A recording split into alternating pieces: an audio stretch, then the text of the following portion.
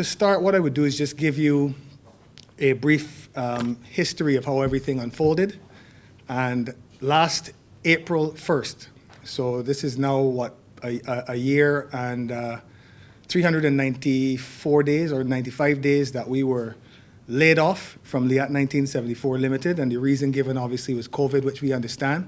And before I go into that, I just want to say that we are fully cognizant of the fact that there's a pandemic going on at this time, that people have had to deal with that and everything that comes along with that, the lines at the supermarket, layoffs, unemployment, and all of that frustration. We've recently had to deal with the situation of this natural disaster, this ash situation here emanating from La Soufrière in St. Vincent. So we're cognizant of all that, but we have had to go through this literally, in many, many cases, penniless, because our former employer has not given us a cent of what is due to us in severance, notice pay, and vacation pay. So the history very quickly. We were laid off because of COVID-19 in April of last year, 2020. We were told that it was a temporary layoff to last to last 3 months to be precise, into June of 2020. Questions were raised with reference to, our vacation pay, which is triggered as soon as there's a layoff for the pilots in our contract. It triggers vacation pay, notice pay, and actually severance if you go by the letter of the collective agreement. Nothing was said with reference to that. The pleas were essentially ignored by the company, and we went through to June, but we immediately brought the concerns, obviously, of still having to meet day-to-day expenses, pay for school fees, put gas in the vehicles, pay light bills, etc. We immediately brought those concerns to the only place that we felt that we could, which was our government, the government of Barbados, which is where we live and reside. Many of us have been based in Antigua, but many of us also have not spent a day in Antigua flying. We've been here and living here. So June rolled around, and what did LIAT do? They extended the layoff period, and I don't mind reading my letter here, and that reads, as you know, the COVID-19 virus continues to negatively impact LIAT's operations. Most governments across our network still have closed borders and quarantine restrictions, which impact the demand for travel, and unfortunately our passenger service remains suspended with no firm date yet on which we will resume. We are still engaged in ad hoc charter and cargo activities. However, the revenue earned from these activities together with the limited ongoing demand for charters and cargo is insufficient to cover the company's costs. Furthermore, during this period, LIAT is largely dependent on receipt of funds from the major shareholders, which will be the governments of Barbados, Antigua, St. Vincent and the Grenadines, as well as Dominica, from the major shareholders to meet ongoing costs, including payroll. However, these funds have not been forthcoming as anticipated and has resulted in an ongoing delay in payment of salaries. And in terms of the payment of salaries, I'll just stick a pin there for a moment. What they're referring to there is the fact that our March salary that we had already worked for, they didn't even pay us the last part of what we were due. So it was promised in this letter, we haven't seen it up to now. In these circumstances, the company is not in a position to recall employees on June 30th, 2020. We therefore regret to advise that we must extend the period of temporary layoff previously communicated to you for a further period until September 13th, 2020. This is not an easy decision, as we are sensitive to the challenges arising from the temporary layoff and the ongoing uncertainty resulting from the COVID-19 pandemic. We remain hopeful that this extension will contribute to the survival of our airline and future job security of our employees. You will continue to receive your medical insurance coverage and staff travel privilege during this period. In the meantime, we continue to wish you all the best, etc. Now, 2 quick points. The extension to September 2020, September 13th, that actually went contrary to the Antigua and Barbuda Labor Code, which is what governs LIAT, for the simple fact that once a date is given by the employer, and you could check the Labor Code, I don't know the section offhand, but once you give an employee a date, at the end of that date, it is anticipated that either you recall the employee or you sever the employee, and that's by the Labor Code. So they did this extension. The unions made a little noise about the fact that it had been done and it was contrary to the Labor Code, but In any case, it was a David and Goliath type situation. Couldn't really fight it. And also, we understood the pandemic as well. So the other quick thing is that the medical insurance coverage that was promised, that never materialized. Many of us would have gone to take our children. We would have gone to the doctors ourselves to use our Sagicor cards. And, in many cases, the cards just declined and we had to borrow money from family, whatever the case is, to pay for these medical things. Moving along from there, we wrote to the Barbados government repeatedly through the NUPW, basically through anybody that we could try to get to help us, because obviously you go 3 months, that's hard enough. You go 6 months, and it's really been devastating for a lot of us. All of our savings are depleted and so on. So we were communicating with the governments constantly and just trying to reach out to see what help we could get. We had a meeting with the Prime Minister, pulled all the Barbados staff in. We were very grateful for that on July the 31st last year. And there was quite a long meeting in which various staff members were able to discuss their plight, not being able to meet basic expenses, all the things I've just gone through. And we walked away from that meeting feeling very hopeful. It was said that the Attorney General would be preparing a legal opinion to see how we could, how they could assist in terms of perhaps an ex gratia payment that would, basically take care of the severance or whatever the case is. They stated that we would receive another payment, which was an emergency payment to carry us through the immediate crisis that we were facing. From that, in August, we received $2,400 each LIAT worker based in Barbados. And so, we're grateful for anything. At that point, we were able to pay a couple of bills, but that works out to about $184 a month. And not scoffing at it, but at the end of the day, it didn't go very far. So here we are.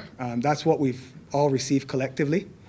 And we continued to reach out to government because we just had nowhere else to go via the NUPW, particularly in the case of the pilots who are members there.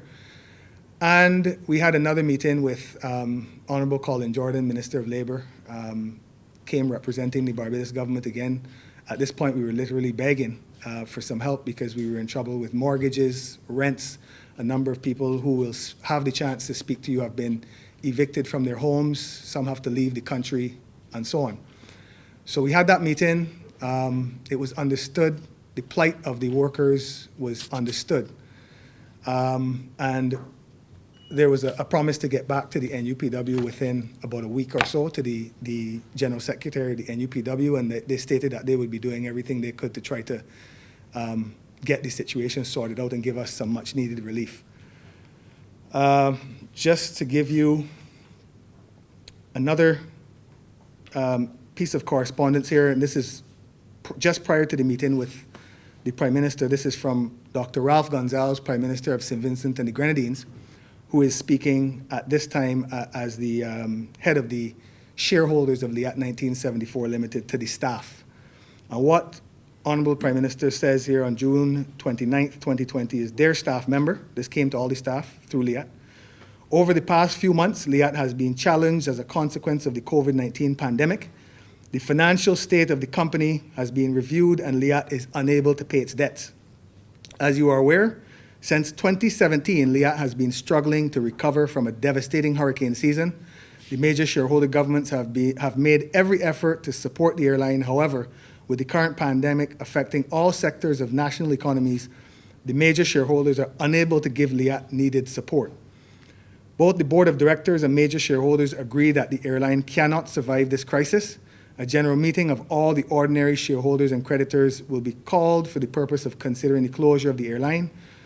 A most important priority of the airline is the welfare of the staff. The payment of your outstanding salaries and severance will be urgently addressed in this process. The shareholders understand that this information is disappointing and unfortunate result of the circumstances, but will ensure that the process is fairly and justly undertaken. So hearing that from Prime Minister Dr. Ralph Gonzalez on the 29th of June obviously gave us a tremendous amount of hope. And, at that point, we had no doubt. LIAT is run by 4 shareholder governments. We always were of the opinion that if anybody was to be looked after, that it would be the workers who have dedicated essentially their lives. Some people, this is their only job that they've worked at. We certainly thought that the shareholders would have taken care of the workers in short order. The lessors, they have resources. We don't. We are relying on this severance to move forward with our lives, and in some cases now we're facing devastation, to put it plainly. So to move along, following the meeting with Minister Colin Jordan, again, weeks passed. We did not have any word come back to us, and so the frustration mounted, the fear mounted in a lot of my colleagues, and we were basically just living day by day, every day really feeling like a month, especially during the pandemic. We subsequently had another meeting, and we were very grateful for all these meetings. On December 1st, we met with Minister Lisa Cummins, the Ministry of International Transport. Had a very good meeting, myself and Mr. Field here, who's sitting beside me. And at that meeting, again, we were promised that, look, the ministry is going to do all it can to support you. You should be paid your severance. And, you know, the meeting went very well. We left there again with a feeling of just relief, a feeling of hope that this matter was going to be dealt with shortly. It was not. Numerous communications have been sent off in between these meetings that I'm talking about to government and to others, even lawyers, you know, involved in this, trying to help where they can. And we haven't heard anything. We were told just before Christmas, because that was becoming a very depressing time for many of my colleagues, very, very depressing time. I remember Christmas Eve being in at the NUPW, and they were preparing some hampers there to give out to the community. And I remember many of us just not knowing where to go. Many people couldn't afford to even buy a ham this Christmas. So I went up to the office and really got behind a canny at that point to try to get some answers for us, that things were desperate. Ms. Delcia Burke would have been there at the time. And they reached out again to, I think, the Ministry of International Transport, and were told that, look, we're going to deal with this in the first sitting in Parliament. In January was the message that came back to me. So Christmas came and went. We didn't see anything. January rolled around, and we watched that Parliament sitting, literally all of us, the entire thing. I think Ron here watched the whole of the Parliament sitting on that day. Not a word was said on our plight. We've written again to the Prime Minister days ago, pleading for some assistance and pleading for justice where this is concerned.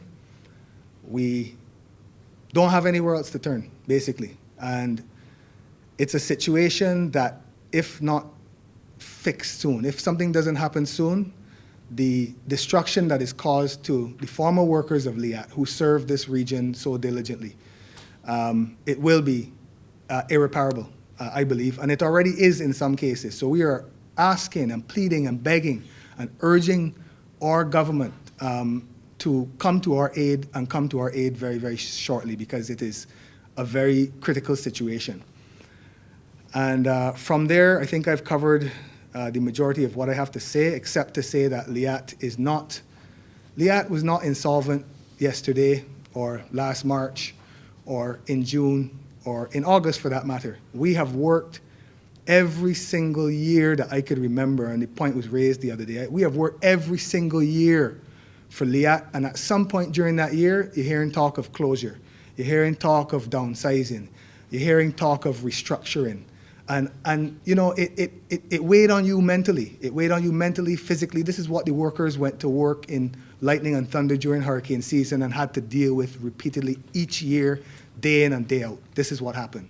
So LIAT was not insolvent yesterday. And one thing I can say without a shadow of a doubt is that it is not the workers in LIAT that caused the plight in LIAT. Okay? The question really should be asked with reference to this. The question should be asked, for example, why wasn't LIAT restructured? There are so many reports that we have been privy to over the years. There's so many different ideas. There was the idea of an MRG last year. There was the idea that was put forward by the unions about collecting a baggage fee, which was only maybe $10 US a bag, but every airline in the world almost does it. They charge 50. And that $10 US per head was significant. When you add it up, it was in the millions when you look at the numbers of LIAT. The last report that came out was the CDB report. And I look at these things carefully because obviously it would have impacted my career, so I used to take my time and read these documents. So there was a document by the CDB that had 3 separate sort of tracks or roads that one could go to rescue LIAT. So nothing happened. Whatever the politics was, nothing took place, and here we are. It is not us that controls the airline. It is not us that controls what is done, where the overnights are, and that was also mentioned. It was the overnight bill was in excess of $15 million a year, and we didn't need any overnights. We had a schedule years ago that didn't have any overnights.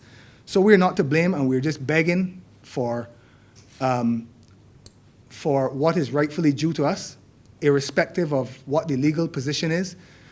We are people, we're human beings, we're Barbadians, and we're just asking, like other companies have been asked to do, to just do right by us and pay us our due, please. Now, some of you are probably asking, why are we here? The reason why we are here is we are asking for our shareholder government to have some kind of empathy, some kind of compassion for our plight. We've worked hard over the years to achieve everything that we have, and some of us are watching it disappear one by one. Is it that months or years from now, we will hear, oh, I'm sorry, we wish there was something that we could do? We are therefore asking now, can you guys come and help us? Can you guys see what it is that you can do to help us have some kind of closure with this LIAT situation? Now, like any employee, when you receive your contract, there are a number of expectations.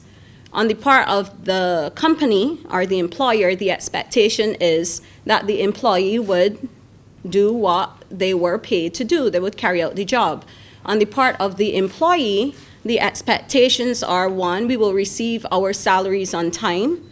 2, if it is for whatever reason you no longer require our services, we will be paid our severance. It is a legal and it is also a contractual obligation. We also expect that if there are any retroactive monies owed to us, we will receive that in a timely manner. Unfortunately, those 3 things that I've outlined, there has been no commitment on the part of LIAT. I understand that they have their financial challenges, but the reality is we came to do a job. We did it to the best of our ability, and now that we have reached this hurdle in the road, we are expecting that they do what is right on their part. Now, the only expectation I could also say that we are being faced with is, sadly, we've come to the point where we have to now be negotiating our severance, our ants to give up other monies owed to us, whether it is vacation pay or retroactive pay. Now, I will read what the cabin crew contract states, and this is coming from my legal contract.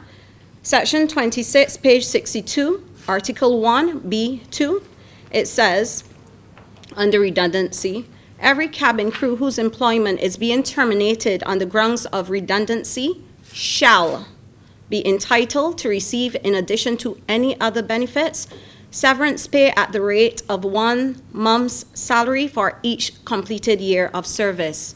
Now we are being faced with a challenge where we have persons asking us to give up 50%. Sometimes it gets as low as 5 cents on the dollar. I understand LIAT has no money, but this is why we are asking now our governments to come forward and have that conversation. We can't do it on our own.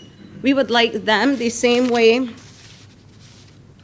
they didn't have, like for example in Barbados, there was no legal nor any moral obligation to assist the visitors who chose to come to Barbados on a vacation.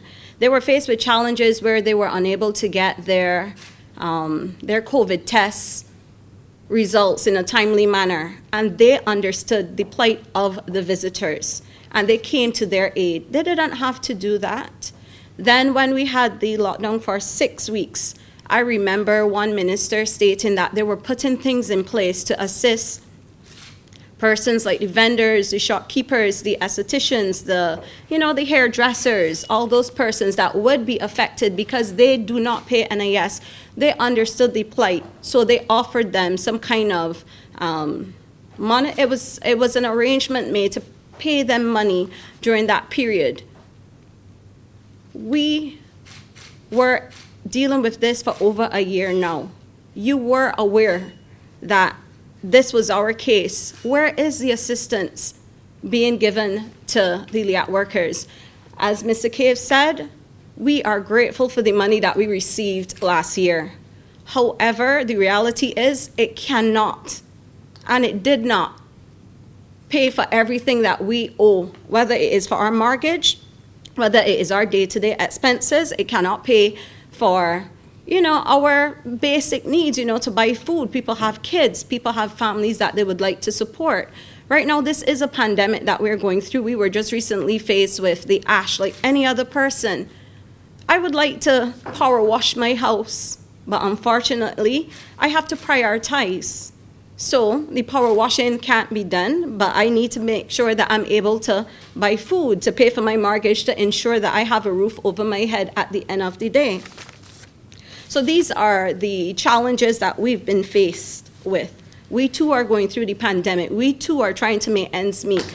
For some of us, it's hard to find jobs. It's not only the LIAT people that are looking for work. You have so many Barbadians that were also placed on the breadline. They too are looking for jobs. Luckily for me as a cabin crew, I may decide, I no longer want to be in aviation, but I have to think about my fellow colleagues that chose to spend their time and their money to train, to be specialized in a particular field, and that is aviation. As we all are aware, there are no aviation jobs available for them here in the region, so it means them probably having to now go overseas to find work. But then there's also the question, they now have to find the money in order to be able to, guys, you can help me, but to be able to be up to date, And retool. yes, and to retool. So without that capital in order to do that, unfortunately, it means they will be sitting down home waiting until some kind of money can come. It means most of them will probably have to look at changing their professions, but the sad reality is this is something they wanted to do for life. This is their passion, and it's being taken from them. So at least if we have that opportunity to receive some kind of assistance from the government, or if they can have that conversation with LIAT and see a way forward, then it would allow all of us to be able to move on. Every day we see a LIAT plane in the air, in the sky, it reminds us that we have had no real closure. It reminds us that they owe us money and they are not even trying their best to see how they can pay us. It feels as if we have to beg for what is rightfully ours. Any employee out there knows once you're no longer working for the company, all you want is your severance so you can make ends meet and figure out the path forward. But if you do not have that, it makes it very difficult. And like I said, especially during a time where we have a pandemic we're dealing with, it is doubly difficult for us. Now, I'm sure you guys are going to answer, so I will jump ahead and I would speak a little about it. There were some comments made that, there's a possibility that we enjoyed paying taxes in Antigua because we don't pay many taxes. However, I joined in 2005. When I joined, I paid education levy, I paid income tax, I paid medical benefits, as well as Social Security. We do not choose where we pay taxes. We are given a contract and we are told where we are supposed to pay taxes. As it is, we don't even have any kind of control over that. It was taken directly from our salary. So yes, I hear the questions and I hear the concerns about, but you guys don't pay NIS, so why should we help? We understand that, but we are asking you as a caring government here in Barbados, all we are asking for is we need some help. That's all we're asking for. Yes, we did not pay NIS, and that's no fault of our own. Now, in 2008, I believe that's the correct date, but it was just about it was discovered that the education levy, the crew based in Barbados, we do not benefit from that. So we were actually refunded that money, and they also stopped the payment for that fund, or that tax, I should say. Then income tax, it was, when I checked my pay slips, the last deduction for income tax in Antigua was the 30th of June, 2016. Now, PM Brown, he came into office in 2014, and 2 years afterwards, that deduction was no longer required on our part. So we have no control there. If they say we have to pay medical benefits, we have no choice. Even that is a controversial tax. I remember the pilots fighting the company in court with regards to that, because that too, it was discovered that being based in Barbados, we cannot benefit from it. They won their case, they were refunded, and that too, they were no longer required to pay. However, the cabin crew, we all are flight crew, we answer that same question. And what we were being told, and this information would have been fed to us via the unions, because they are the direct communication with management staff, was basically, we would have to take it to court. Now, if it was proven that one party didn't have to pay because it was wrong for us since we were based in Barbados, I would like to believe it would be the same for the engineers and the cabin crew that also pay that tax. So up to the date when we were made redundant, we were still paying that tax. Even when we had conversations about it, because I am one of them that made a big fuss about it, every union meeting, I would also always try to represent the other members that may not be vocal enough. I asked, what about the medical benefits? What is happening with that? We did it to the point where they were probably tired of hearing us ask about it. And what ended up happening was they got some leeway with it, but every time we asked for an update, all we were told is, the person that was dealing with that is no longer working with the company. So we would have to bring up the topic again and then speak with other people.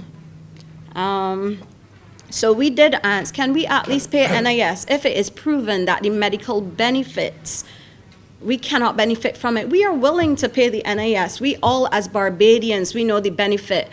Those that are non-Barbadians may not have known it like we would, and we try to explain to them, listen, guys, if we pay the NIS in Barbados, if anything should happen, whether we are made redundant, whether it is sickness that, fall upon us, the NIS will be able to compensate us. We understand the benefit of NIS, but unfortunately, our pleas were either ignored or rejected. So here we are today. Yes, the argument is we did not pay NIS, but we were willing to. So where do we go from here? All we are asking for is the governments to have some kind of conversation with LIAT, because it's one thing stating that we worked for LIAT and LIAT owes us our severance. We agree and we understand that. But when you have the administrator, you have the management staff, you have the shareholder governments, and all parties connected to LIAT state, LIAT has no money. As far as I'm concerned, that is saying that we have to search for that pot of gold at the end of the rainbow. They have no money, so who else do we turn to?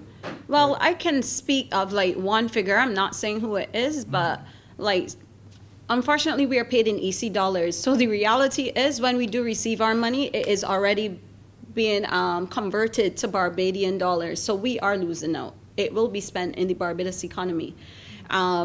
So you have some people that are owed almost $60,000 when you convert it to Barbadian cash in severance. And when it comes to the retroactive pay, especially for the cabin crew, you have thousands of dollars. Now, with regards to the cabin crew, this retroactive pay came about between 2011 and I believe it was 2016. And 2 of those years, we were asked by the company to accept it at 0%. Because we wanted our contract finalized, we were willing to accept that. So when you have people asking, can you give up your retroactive pay? Can you give up the vacation pay because we can't afford it? How I look at it, we have already given up. We agreed to the 2 years at 0%, and all we are asking for is to give us the money that we are owed. The reason why I think it's difficult, honestly, Reverend Adley, to tell you how much we are owed, when we received our letters from the company, one, we received them via email. To this date, I'm speaking personally, I have never heard from the company personally. I worked in the office. How I discovered I was laid off was not by a letter. I went into the system. I honestly, this is a year after, I cannot remember the system we used to use, but something told me, Kellyanne, you have work at 8 o'clock. Check the system there and see if you still have to go to work. When I went, everything was in orange, laid off, laid off, laid off, laid off. I did not go into the office. I decided to then go to purchase some items because I knew there was a possibility lockdown was coming. While I'm in the line waiting to make my purchases, there goes a letter, my layoff letter, after 1 o'clock in the afternoon. So suppose I had gone into the office under the expectation I was not a regular cabin crew, but I was one that worked in the office. I could not even get that respect from my fellow workers or my fellow team members to at least tell me I was one of those that will be laid off. Then how we found out about our redundancy letter, it was via our personal emails. After a while, we could not even get into the system. We could not get access to LIAT company mail. We then had to rely on our personal emails. And some of these letters, although they were dated the 20th of October, some persons didn't receive it not till a week after. So, opportunities came within the period for persons to be approached by others asking, if they were interested in working with them. But to be honest, some of us, we couldn't even take up those offers because you did not want to forfeit your severance. And here now, a year after, we're still having a conversation. You also had people that were in search of work and what they were being told, you know what, you were not permanently laid off, you were temporarily laid off. So unfortunately, we as a company, we cannot spend our time and our money to invest in you, to train you, and there is still that possibility that you may be recalled and then you up and you leave us. But one thing I want to make clear, two things. One, I can speak for my household. My sister was also a cabin crew. We have a mortgage.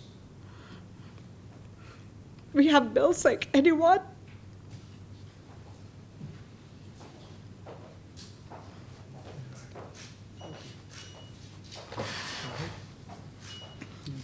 Here it is. You have two individuals. I'm not the only one. My household, both of us were laid off. Both. So think about it. For a year, we have been trying to make ends meet. We've been successful because we have had savings. But when you still think about it, all of our savings are depleted. How many people can sit here and say that they can afford to meet their everyday expenses, pay for a mortgage, pay for cars, pay for loans, pay for insurance, pay for all the other things that you would have committed to when you had a job? How many people can sit here and say they could afford it? I'm sure not one of you guys in here can say that. It is hard. It is very difficult. And even if we may say, the reality is we have to brush off and we have to pick up ourselves and move on. The fact that we still have had no closure, it is very difficult. I myself have gotten up many mornings crying. I've been depressed. But luckily, because I have support of family and friends and my fellow colleagues, we were able to get through this together. Guys, we just need some kind of closure. That's all we are asking for. If it means that the shareholder governments have to sit and talk with LIAT and find a way forward, that's all we're asking for. If they want to choose to fly, I support them 100%. You know what? We need regional connectivity. But what I am seeing right now is not regional connectivity. I am seeing regional division. When you have 4 shareholder governments, and I am not on the case of any government, they have their challenges like any other country. They too are dealing with the pandemic and trying to see how they can make ends meet to help with the economy, help with everything that they're being faced with. But when you have 4 governments who are shareholder governments, they can't sit and have a discussion to figure out the path forward. How else can we do it? If they can't do it, how else can we do it? So we are pleading right now. Limited. The classes are long and extensive. We do training locally, regionally, and abroad. We go to Canada for weeks to study to fly turboprops. We come back and our education continues for weeks until we are on board the aircraft and flying, okay? Every time you are examined, there's an examiner sitting behind you with tremendous stress, and he's going to carry you through every ringer in the simulators in Canada, in Atlanta, wherever you go, to make sure that you are safe. Every exam you write is a possibility you could be taken offline or lose your career. Every time you visit a doctor and he says, I don't like what I see in your blood, your career is ended. Okay? First thing, it is notable that we are second only to dentists as being the most stressful profession on earth. That's a point that needs to be taken. Oftentimes I wake up in hotel rooms because my wife is in another country. We live out of suitcases. An average day for us was a 14-hour work day. How many people can say that? If you divided our salaries for hourly wage, backhoe operators made more money an hour than we did for the time away from home and the time that we spend sitting at the airports because a flight is delayed or so on and so forth. Okay? It is not that cushy a job. There are pilots that, because of having the passports required to do so, left and fly in Africa for twice our salaries. They flew in India for 3 times our salaries. In China for so much more so, and in the Middle East even more. We were among the lowest paid turboprop pilots on earth. So when it is said that we worked for hefty salaries, I took that as an offense. Anyhow, moving right along. I have spent 2 decades in service to the Caribbean region, not to Barbados, not to my government, not to my family, to the Caribbean region. And over the years, I have moved millions of people. Our agreement with the people of the Caribbean is that we will put you in an airplane and take you from point A to point B safely. And we have done a stellar job. It's a stellar job. Compare LIAT's safety record with that of any airline on earth, and we stand at the very top of the layer of airlines worldwide. We have done what was required of us. Okay? We have had a contract laid before us, of which we are told what is expected of us and what was promised to us. Not by LIAT 1974 Limited, a printed name on a letterhead, by people with faces and addresses and jobs that lay these contracts before us and say, this is our agreement with you. When your career comes to an end, because we have chose to make you redundant, we shall pay you a severance. There's a misunderstanding that LIAT closed because of COVID. LIAT had to close its doors because of COVID, I will agree with that. But these discussions were going on from as early as 2012. Again in 2017, just before the late Prime Minister Owen Arthur died, I think one of his recommendations going to Parliament was to liquidate LIAT. So it isn't because of COVID, okay? And what is disappointing to me personally is that in all of your work and preparations as lawyers, as politicians, as intelligent administrators and so on, in all of these preparations, nobody considered, what about the staff? What are we going to do about these staff who has diligently given their lives to this company over the last couple decades? And here it is 393 days later, penniless, while the owners of our airline stay silent on the matter, with several requests in the latter time to say, we are drowning, we are covered in ash and starving. Can we have some money, please, to take care of ourselves?